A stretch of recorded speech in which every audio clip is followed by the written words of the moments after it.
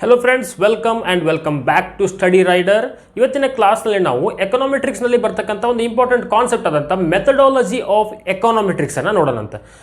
Master degree ಓದ್ತಾ ಇರುವಂಥ ಸ್ಟೂಡೆಂಟ್ಸಿಗೆ 5 marks question ಬರ್ತದೆ ಇದು. ಹಾಗೆ KSET ಮತ್ತು ನೆಟ್ಟಿಗೆ ಓದ್ತಕ್ಕಂಥ ಸ್ಟೂಡೆಂಟ್ಸಿಗೆ ಸ್ಟೆಪ್ಸ್ ಮೇಲೆ ಕ್ವಶನ್ ಕೇಳ್ತಾರೆ. ಅಂದರೆ ಅರೇಂಜ್ ಮಾಡಲಿಕ್ಕೆ ಯಾವ ಸ್ಟೆಪ್ ಆದಮೇಲೆ ಯಾವ ಸ್ಟೆಪ್ಸ್ ಬರ್ತದೆ ಅಂತೇಳಿ ಈ ರೀತಿಯಾದಂಥ ಕ್ವಶನ್ಸ್ಗಳು ಬರ್ತವೆ.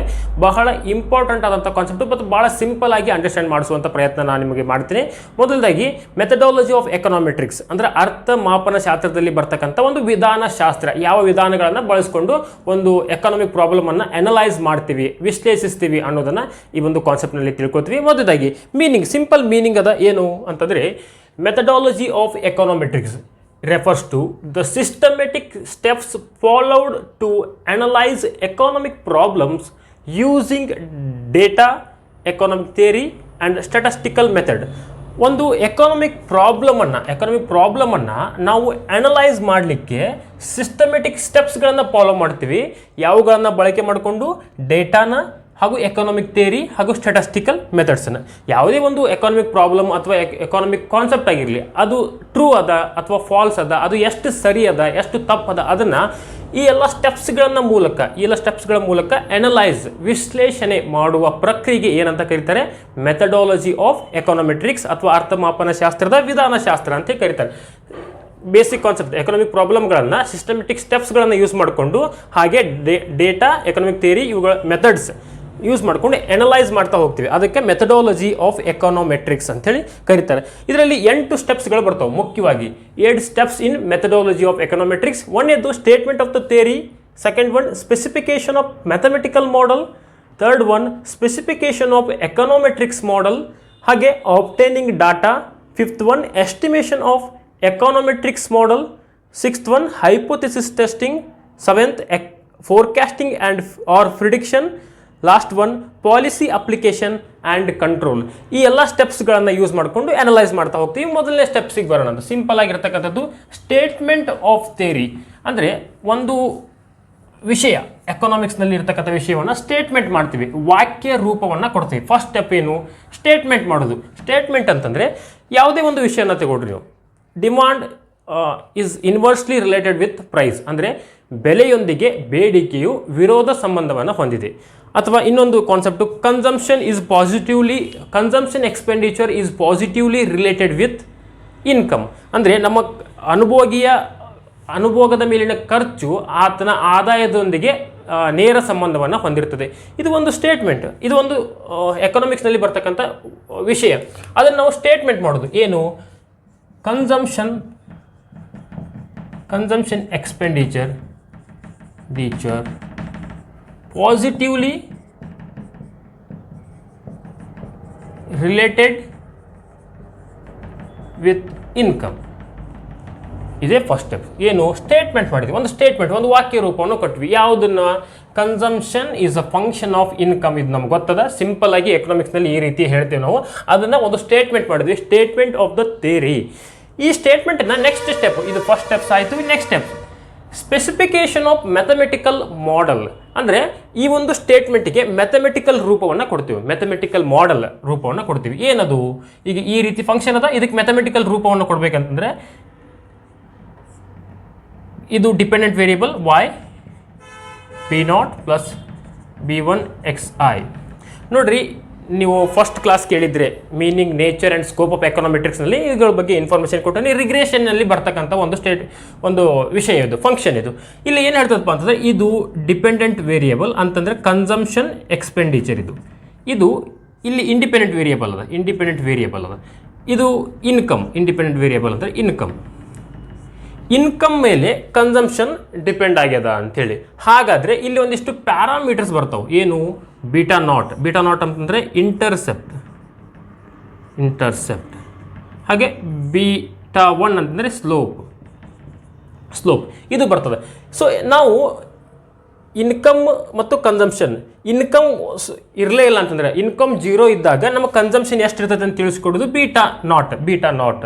ಸೊ ಇದನ್ನು ಕೂಡ ನಾವು ಮ್ಯಾಥಮೆಟಿಕ್ನಲ್ಲಿ ಇನ್ಕ್ಲೂಡ್ ಮಾಡ್ತೀವಿ. ಅಂದರೆ ಕೇವಲ consumption is function of income ಅಂತಂದರೆ ಮುಗಿಯೋದಿಲ್ಲ ಅದು. ಯಾಕಂದರೆ ನಾವು ಮ್ಯಾಥಮೆಟಿಕಲ್ ಮಾಡೆಲ್ ಹಾಕೋದ್ರಿಂದ ಅಲ್ಲಿ ಬೀಟಾ ನಾಟ್ ಮತ್ತು ಬೀಟಾ 1 ಈ ಎರಡೂ ಕೂಡ ಬರ್ತವೆ. ಬೀಟಾ 1 ಅಂತಂದರೆ ಒಂದು ಯೂನಿಟ್ ನಮ್ಮದು ಇನ್ಕಮ್ ಚೇಂಜ್ ಆದರೆ ಕನ್ಸಂಪ್ಷನ್ ಎಷ್ಟು ಚೇಂಜ್ ಆಗ್ತದೆ ಅಂತೇಳಿ ಸಿಂಪಲ್ ಆಗಿ ಒಂದು ಗ್ರಾಫ್ ಮೂಲಕ ನೋಡಿರ್ತೀವಿ ನಾವು. ಏನು ಇದು ಇನ್ಕಮ್ ಆಗಿರಲಿ, ಇದು ಕನ್ಸಂಪ್ಷನ್ ಎಕ್ಸ್ಪೆಂಡಿಚರ್ ಆಗಿರಲಿ, ಇದು ನಮ್ಮದು regression line y is equal to beta naught plus B1 xi ಅಂದರೆ ಇಂಡಿಪೆಂಡೆಂಟ್ ವೇರಿಯಬಲ್ ಡಿಪೆಂಡೆಂಟ್ ವೇರಿಯಬಲ್ ಯಾವ ರೀತಿ ಇರ್ತಾವೆ ಅಂತೇಳಿ. ಇದೇನೈತಲ್ಲ ಇದು ಕನ್ಸಂಪ್ಷನ್ 0 ಇದ್ದಾಗೂ ನಮ್ದು ಇನ್ಕಮ್ 0 ಇದ್ದಾಗೂ ಕನ್ಸಂಪ್ಷನ್ ಎಕ್ಸ್ಪೆಂಡಿಚರ್ ಎಷ್ಟೈತಲ್ಲ ಇದು ಬೀಟಾ ನಾಟ್ ಅಂದರೆ ಇಂಟರ್ಸೆಪ್ಟ್. ಈಗ ನಮ್ಮ ಇನ್ಕಮ್ಮು 1 ಯೂನಿಟಿಂದ ಇನ್ನೊಂದು ಯೂನಿಟ್ ಚೇಂಜ್ ಆಯ್ತು ಅಂತಂದರೆ, ಇಷ್ಟು ಯೂನಿಟ್ ಚೇಂಜ್ ಆಯ್ತು ಅಂತಂದರೆ ನಮ್ಮ ಕನ್ಸಂಪ್ಷನ್ ಎಷ್ಟು ಇನ್ಕ್ರೀಸ್ ಆಗ್ತದೆ. ಇನ್ಕಮ್ ಈ ಪ್ರಮಾಣದಿಂದ ಈ ಪ್ರಮಾಣಕ್ಕೆ ಹೆಚ್ಚಾದರೆ ನಮ್ಮ ಕನ್ಸಂಪ್ಷನ್ ಎಷ್ಟು ಇನ್ಕ್ರೀಸ್ ಆಗ್ತದೆ. ಈ ಒಂದು ಭಾಗಕ್ಕೆ ಏನಂತ ಕರಿತೀವಿ, ಸ್ಲೋಪ್ ಅಂತ ಕರಿತೀವಿ. ಈ ಸ್ಲೋಪ್ ಯಾವುದು, ಬೀಟಾ ಒನ್. ಸೊ ಇವುಗಳನ್ನು ಇನ್ಕ್ಲೂಡ್ ಮಾಡ್ತಕ್ಕಂಥದ್ದೇನು, ಮೆಥಮೆಟಿಕಲ್ ಮಾಡೆಲ್. ಮೆಥಮೆಟಿಕಲ್ ಮಾಡೆಲನ್ನು ನಾವು ಈ ಸ್ಟೇಟ್ಮೆಂಟಿಗೆ ಅಪ್ಲೈ ಮಾಡಿದಾಗ ನೆಕ್ಸ್ಟ್ ಸ್ಟೆಪ್ಗೆ ತೊಗೊಂಡು ಬಂದಾಗ ಏನಾಗುತ್ತೆ, ಈ ರೀತಿಯಾಗಿ ವಿಷಯಗಳು ನಮಗೆ ತಿಳಿತಾ ಹೋಗ್ತವೆ, ಬೀಟಾ ನಾಟ್ ಮತ್ತು ಬೀಟಾ ಒನ್. ಆನಂತರ ನೆಕ್ಸ್ಟ್ ಸ್ಟೆಪ್ ಏನು, specification of econometrics model. Mathematical model ಗೊತ್ತಾಯ್ತು ನಮಗೆ, ಮೆಥಮೆಟಿಕ್ಸ್ ಆದಮೇಲೆ specification econometrics model. Econometrics model ಅಂತಂದರೆ ಈಗ ನಾವು ಏನು ಮೆಥಮೆಟಿಕಲ್ ಮಾಡೆಲ್ ಮಾಡಿದ್ವಲ್ಲ, ಏನಿದು y is equal to beta naught plus B1 beta one beta naught plus beta one x ಅಂಥೇಳಿ ಮಾಡ್ಕೊಂಡಿದ್ವಲ್ಲ, ಈ ಒಂದು ವಿಷಯಕ್ಕೆ ಎರರ್ ಟರ್ಮ್ ಅನ್ನೋಂಥ ಒಂದು ಸೇರ್ತದೆ, ಸೇಮ್ ಇರ್ತದೆ. Beta naught plus B1 xi plus mu ಅನ್ನೋದು ಸೇರ್ತದೆ. ಮ್ಯೂ ಅಂತ ತಿಳ್ಕೊಡ್ರಿ ಅಥವಾ ಇ ಅಂತ ಬರ್ಕೊಡ್ರಿ, ಎರರ್ ಟರ್ಮ್ ಅಥವಾ ಡಿಸ್ಟರ್ಬೆನ್ಸ್ ಟರ್ಮ್ ಸೇರ್ತದೆ. ಅಂದರೆ ನಾವು ಸ್ಟೇಟ್ಮೆಂಟ್ ಏನಿದೆ, consumption is expenditure positively related with income, ಅದನ್ನು ನಾವು ಮ್ಯಾಥಮೆಟಿಕಲ್ ಸ್ಟೇಟ್ಮೆಂಟ್ ಮಾಡಿದ್ವಿ. ಇನ್ಕಮ್ ಮೇಲೆ ನಮ್ಮದು ಕನ್ಸಂಪ್ಷನ್ ಡಿಪೆಂಡ್ ಆಗೈತೆ ಅಂತೇಳಿ. ಕೇವಲ ಇನ್ಕಮ್ ಮೇಲೆ ನಮ್ಮ ಕನ್ಸಂಪ್ಷನ್ ಡಿಪೆಂಡ್ ಆಗೈತಾ, ಅದನ್ನು ಹೊರತುಪಡಿಸಿ ಮತ್ತೆ ಕೆಲವೊಂದಿಷ್ಟು ಅದಾವಲ್ಲ, ಏನು ಅದು ಎಜುಕೇಷನ್ ಆಗಿರ್ಬೋದು. ಎಜುಕೇಷನ್ ಚೆನ್ನಾಗಿತ್ತಂತಂದರೆ ಅವ್ನು ಚೆನ್ನಾಗಿರೋ ಕೆಲಸ ಸಿಕ್ಕಿರ್ತದೆ, ಚೆನ್ನಾಗಿರೋ ಕೆಲಸ ಸಿಕ್ತದೆ, ಚೆನ್ನಾಗಿ ಇನ್ಕಮ್ ಬರ್ತಾ ಇರ್ತದೆ. ಎಜುಕೇಷನ್ ಆಗಿರ್ಬೋದು, ಫ್ಯಾಮಿಲಿ ಸೈಜ್ ಆಗಿರ್ಬೋದು, ಹಾಗೆ ಹ್ಯಾಬಿಟ್ಸ್ ಆಗಿರ್ಬೋದು, ಹ್ಯಾಬಿಟ್ಸ್. ಸೊ ಇವೆಲ್ಲವೂ ಕೂಡ ಏನು ಮಾಡ್ತಾವು, ಕನ್ಸಂಪ್ಷನ್ ಎಕ್ಸ್ಪೆಂಡಿಚರ್ ಮೇಲೆ ಇನ್ಫ್ಲೂಯೆನ್ಸ್ ಮಾಡ್ತಾವೆ.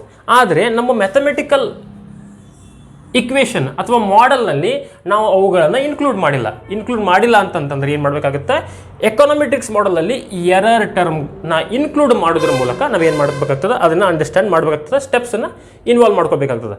ಫಸ್ಟ್ ಸ್ಟೆಪ್ಸ್ ಏನಿತ್ತು, statement. Second steps mathematical. Third step ಇದೇನು, ಎಕನಾಮೆಟ್ರಿಕ್ಸ್ ಮಾಡೆಲ್, ಎಲ್ಲಿ ಮ್ಯೂ ಅಥವಾ ಎರರ್ ಟರ್ಮ್ಸ್ ಇರ್ತದಲ್ಲ, ಎರರ್ ಟರ್ಮ್ ಅಂತಂದ್ರೆ ಏನು, ಯಾವ ಫ್ಯಾಕ್ಟರ್ ಇನ್ಕಮ್ ಏನು ಮಾಡ್ತಿತ್ತು, ಕನ್ಸಂಪ್ಷನ್ ಮೇಲೆ ಇನ್ಫ್ಲೂಯೆನ್ಸ್ ಮಾಡ್ತಿತ್ತು, ಇಂಪ್ಯಾಕ್ಟ್ ಮಾಡ್ತಿತ್ತು, ಪ್ರಭಾವ ಬೀರ್ತಿತ್ತು. ಆ ಪ್ರಭಾವ ಬೀರ್ತಿತ್ತಲ್ಲ, ಅದನ್ನು ಹೊರತುಪಡಿಸಿ ಕೆಲವೊಂದಿಷ್ಟು ಮತ್ತು ಬೇರೆ ವಿಷಯಗಳಿದ್ವು, ಅವು ಕೂಡ ಪ್ರಭಾವ ಬೀರ್ತಿದ್ವು. ಅವುಗಳನ್ನು ಎಲ್ಲಿ ಸೇರಿಸಿದ್ವಿ ನಾವು, ಎರರ್ ಟರ್ಮ್ನಲ್ಲಿ ಸೇರಿಸಿದ್ವಿ.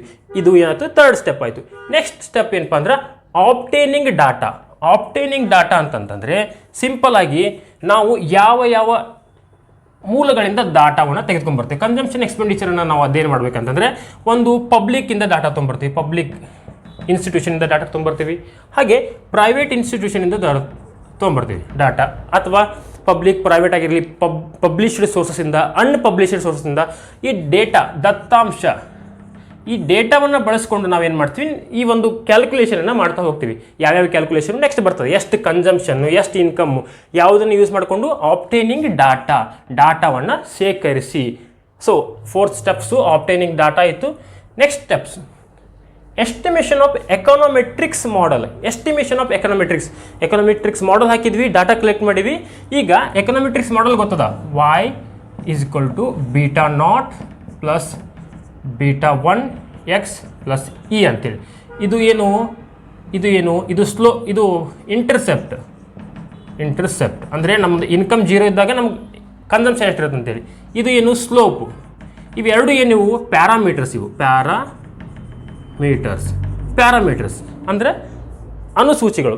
ಈ ಪ್ಯಾರಾಮೀಟರ್ಸ್ಗಳನ್ನು ನಾವೇನು ಮಾಡ್ತೀವಿ, ಡೇಟಾವನ್ನು ಬಳಸ್ಕೊಂಡು, ದತ್ತಾಂಶವನ್ನು ಬಳಸ್ಕೊಂಡು ಕ್ಯಾಲ್ಕುಲೇಟ್ ಮಾಡ್ತೀವಿ. ಕ್ಯಾಲ್ಕುಲೇಟ್ ಅಂದರೆ ನ್ಯೂಮೇರಿಕಲ್ ವ್ಯಾಲ್ಯೂ ಕೊಡ್ತೇವೆ. ಅವಕ್ಕೆ ನ್ಯೂಮೇರಿಕಲ್ ವ್ಯಾಲ್ಯೂ ಅಂದರೆ ನಂಬರ್ ಕೊಡ್ತೀವಿ. ಅಂದರೆ ನಾವಿಲ್ಲಿ ಏನು ಮಾಡಿದ್ವಲ್ಲ, ಇವುಗಳಿಗೆ ನಂಬರ್ ಸಿಗ್ತಾ ಹೋಗ್ತದೆ. ಇದು 10 ಆಗಿರ್ಬೋದು, ಪ್ಲಸ್ ಇದು 2 ಆಗಿರ್ಬೋದು. ಇನ್ಕಮ್ ಎಷ್ಟದ, ಒಂದು 100 ಅದ. ಇನ್ಕಮ್ 100 ಇತ್ತು ಅಂತಂದರೆ 100 × 2 ಅಂತಂದರೆ 200 ಪ್ಲಸ್ 10 ಅಂತಂದರೆ 210 ನಮ್ಮದೇನು ಕನ್ಸಂಪ್ಷನ್ ಆಗುತ್ತೆ. ಈ ರೀತಿ ಇವುಗಳಿಗೆ ನ್ಯೂಮೇರಿಕಲ್ ವ್ಯಾಲ್ಯೂ ಕೊಡೋದಕ್ಕೆ ಏನಂತಾರೆ, ಎಸ್ಟಿಮೇಷನ್ ಆಫ್ ಎಕನಾಮೆಟ್ರಿಕ್ಸ್ ಮಾಡೆಲ್ನಲ್ಲಿ ಬರ್ತಕ್ಕಂಥ ಪ್ಯಾರಾಮೀಟರ್ಸ್ಗಳನ್ನು ಎಸ್ಟಿಮೇಟ್ ಮಾಡ್ತಾ ಹೋಗೋದು. ನೆಕ್ಸ್ಟ್ ಸ್ಟೆಪ್ ಏನಪ್ಪ ಅಂದ್ರೆ ಹೈಪೋಥೆಸಿಸ್ ಟೆಸ್ಟಿಂಗ್ ಭಾಳ ಇಂಪಾರ್ಟೆಂಟ್ ಆದಂಥ ಕಾನ್ಸೆಪ್ಟು. ಹೈಪೋಥೆಸಿಸ್ ಟೆಸ್ಟಿಂಗ್ ಅಂತಂದರೆ ನಮಗೊಂದು ಸ್ಟೇಟ್ಮೆಂಟ್ ಸಿಕ್ಕಿತ್ತು, ಏನು, ಕನ್ಸಂಪ್ಷನ್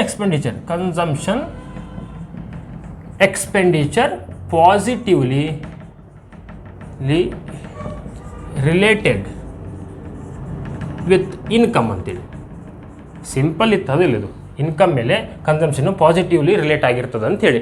ಈಗ ನಾವು ಎರಡು ವಿಷಯಗಳನ್ನ ತಗೊಳ್ಬೇಕು. ಒಂದು H0 ಅಂತೇಳಿ. H0 ಅಂತಂತಂದರೆ ನಲ್ ಹೈಪೋಥೆಸಿಸ್. ನಲ್ ಹೈಪೋಥೆಸಿಸ್ ಅಂತಂದರೆ ದೇರ್ ಈಸ್ ನೋ ರಿಲೇಷನ್ಶಿಪ್ ಇರೋದಿಲ್ಲ. ರಿಲೇಷನ್ಶಿಪ್ ಇನ್ಕಮ್ ಮತ್ತು ಕನ್ಸಂಪ್ಷನ್ ನಡುವೆ ಯಾವುದೇ ರಿಲೇಷನ್ಶಿಪ್ ಇಲ್ಲ, ಪಾಸಿಟಿವ್ಲಿ ರಿಲೇಷನ್ಶಿಪ್ ಇಲ್ಲ ಅನ್ನೋದೇನು ನಲ್ ಹೈಪೋಥೆಸಿಸ್. ಆಮೇಲೆ ಅಲ್ಟರ್ನೇಟಿವ್ ಹೈಪೋಥೆಸಿಸ್ ಅಂತ ಬರ್ತದೆ. ಅಲ್ಟರ್ನೇಟಿವ್ ಹೈಪೋಥೆಸಿಸ್ ಅಂದರೆ ಇಲ್ಲಿ ದೇರ್ ಈಸ್ ರಿಲೇಷನ್ಶಿಪ್, ಅಂದರೆ ಇಲ್ಲಿ ರಿಲೇಷನ್ಶಿಪ್ ಅದ ಅಂತೇಳಿ. ಈ ರಿಲೇಷನ್ಶಿಪ್ H0 ಮತ್ತು H1 ಅನ್ನು ಹಾಕ್ತೀವಿ. ಹೈಪೋಥೆಸಿಸ್ ಈ ಸ್ಟೆಪ್ ಆಗಿ ಈ ಸ್ಟೆಪ್ಸಿಗೆ ಬಂದಿವೆ. 6th step hypothesis testing. Hypothesis ಅಂತಂದರೆ H0 ಮತ್ತು H1 ನಲ್ ಹೈಪೋಥೆಸಿಸ್ ಅಂದರೆ there is no relationship. Alternative hypothesis ಅಂದರೆ ದೇರ್ ಇಸ್ ರಿಲೇಷನ್ಶಿಪ್. ನಾವು F ಟೆಸ್ಟನ್ನು ಯೂಸ್ ಮಾಡಿಕೊಂಡು ಸ್ಟ್ಯಾಟಿಸ್ಟಿಕ್ಸಲ್ ಮೆಥಡ್ ಯೂಸ್ ಮಾಡ್ತೀವಿ, ಅಥವಾ T ಟೆಸ್ಟನ್ನು ಯೂಸ್ ಮಾಡಿಕೊಂಡು, ಅಥವಾ ಕೈ ಸ್ಕ್ವೇರ್ ಟೆಸ್ಟನ್ನು ಯೂಸ್ ಮಾಡಿಕೊಂಡು ನಾವೇನು ಮಾಡ್ತೀವಿ, ಅದಕ್ಕೊಂದು ರಿಸಲ್ಟನ್ನು ಕೊಡ್ತಾ ಹೋಗ್ತೀವಿ. ಒಂದು ರಿಸಲ್ಟ್ ಬರ್ತದೆ, ಒಂದು ರಿಸಲ್ಟ್ ಎಸ್ಟಿಮೇಟೆಡ್ ವ್ಯಾಲ್ಯೂ ಬರ್ತಾ ಹೋಗ್ತದೆ. ಈ ಎಸ್ಟಿಮೇಟೆಡ್ ವ್ಯಾಲ್ಯೂನ ಬಳಸ್ಕೊಂಡು ಇದು ಸರಿ ಆಯಿತು ತಪ್ಪಾಯಿತು, ಎಸ್ಟಿಮೇಟೆಡ್ ವ್ಯಾಲ್ಯೂ ನಲ್ ಹೈಪೋಥೆಸಿಸನ್ನು ಆಕ್ಸೆಪ್ಟ್ ಮಾಡ್ತದೋ ರಿಜೆಕ್ಟ್ ಮಾಡ್ತದೋ. ನಲ್ ಹೈಪೋಥೆಸಿಸನ್ನು ಆಕ್ಸೆಪ್ಟ್ ಮಾಡಿದರೆ ಅಲ್ಲಿ ರಿಲೇಷನ್ಶಿಪ್ ಇಲ್ಲ ಅಂತ ತೋರಿಸುತ್ತೆ ನಮಗೆ ಬಂದಿರತಕ್ಕಂಥ ರಿಸಲ್ಟನ್ನು ನಾವು ಅನಲೈಸ್ ಮಾಡಿದಾಗ.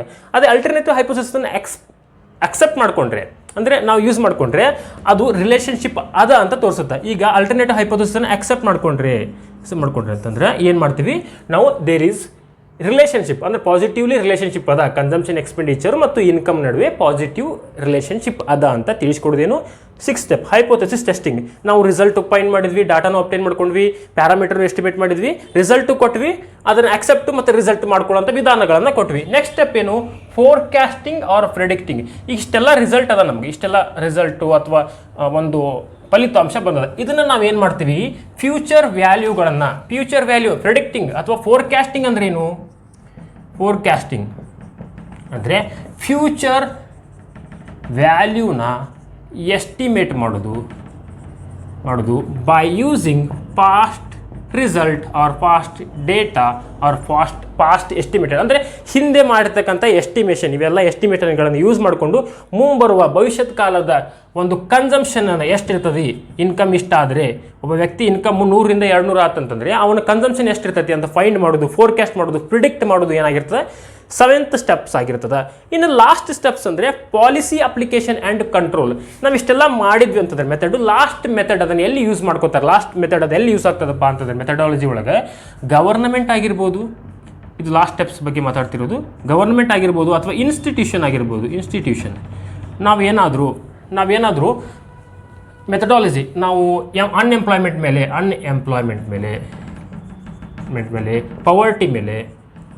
ಪವರ್ಟಿ ಮೇಲೆ ಹಾಗೆ ಇಲ್ಲಿಟ್ರಸಿ ಅಥವಾ ಲಿಟ್ರಸಿ ಇವುಗಳ ಮೇಲೆ ಏನಾದರೂ ಈ ಒಂದು ಮೆಥಡಾಲಜಿನ ಯೂಸ್ ಮಾಡಿಕೊಂಡು ರಿಸಲ್ಟ್ ಕೊಟ್ಟಿದ್ವಿ ಅಥವಾ ಏನಾದರೂ ಇನ್ಫಾರ್ಮೇಷನ್ ಕೊಟ್ಟಿದ್ವಿ ಅಂದರೆ ಆ ಒಂದು ಗವರ್ನಮೆಂಟ್ ಅಥವಾ ಇನ್ಸ್ಟಿಟ್ಯೂಷನ್ಗಳು ಪಾಲಿಸಿನ ಮಾಡಲಿಕ್ಕೆ ಅಥವಾ ಈಗಿರ್ತಕ್ಕಂಥ ಸಿಚುವೇಶನನ್ನು ಕಂಟ್ರೋಲ್ ಮಾಡಲಿಕ್ಕೆ ಬಳಕೆ ಮಾಡ್ಕೋತಾರೆ, ಅಪ್ಲೈ ಮಾಡ್ತಾರೆ. ಯಾವುದರಲ್ಲಿ ಪಾಲಿಸಿ ಫಾರ್ಮೇಷನ್ ಮಾಡುವಲ್ಲಿ ಅಪ್ಲೈ ಮಾಡ್ತಾರೆ, ಹಾಗೆ ಪಾಲಿಸಿ ಅಥವಾ ಸಿಚುವೇಶನ್ ಕಂಟ್ರೋಲ್ ಮಾಡುವಲ್ಲಿ ಅಪ್ಲೈ ಮಾಡ್ತಾರೆ. ಸೊ ಇವೆಲ್ಲ ಸ್ಟೆಪ್ಸ್ಗಳನ್ನು ತಿಳ್ಕೊಂಡ್ವಿ. Statement of the theory, specification of the mathematic model, specification of the econometrics model, obtaining data, estimation of econometrics model, hypothesis testing, forecasting and prediction, policy application. ಇವುಗಳ notes ಬೇಕಂದರೆ ನಾನು number ಕೊಡ್ತೀನಿ, ಅದಕ್ಕೆ WhatsApp ಮಾಡಿರಿ. So systematic econometrics notes ಅದ. ಹಾಗೆ ಈ ಒಂದು ಕ್ಲಾಸ್ ಇಷ್ಟ ಆದರೆ ನಿಮ್ಮ ಫ್ರೆಂಡ್ಸಿಗೆ ಕೂಡ ಶೇರ್ ಮಾಡಿರಿ, ಹಾಗೆ ಲೈಕ್ ಮಾಡಿರಿ, ಸಬ್ಸ್ಕ್ರೈಬ್ ಮಾಡಿರಿ. Thank you so much.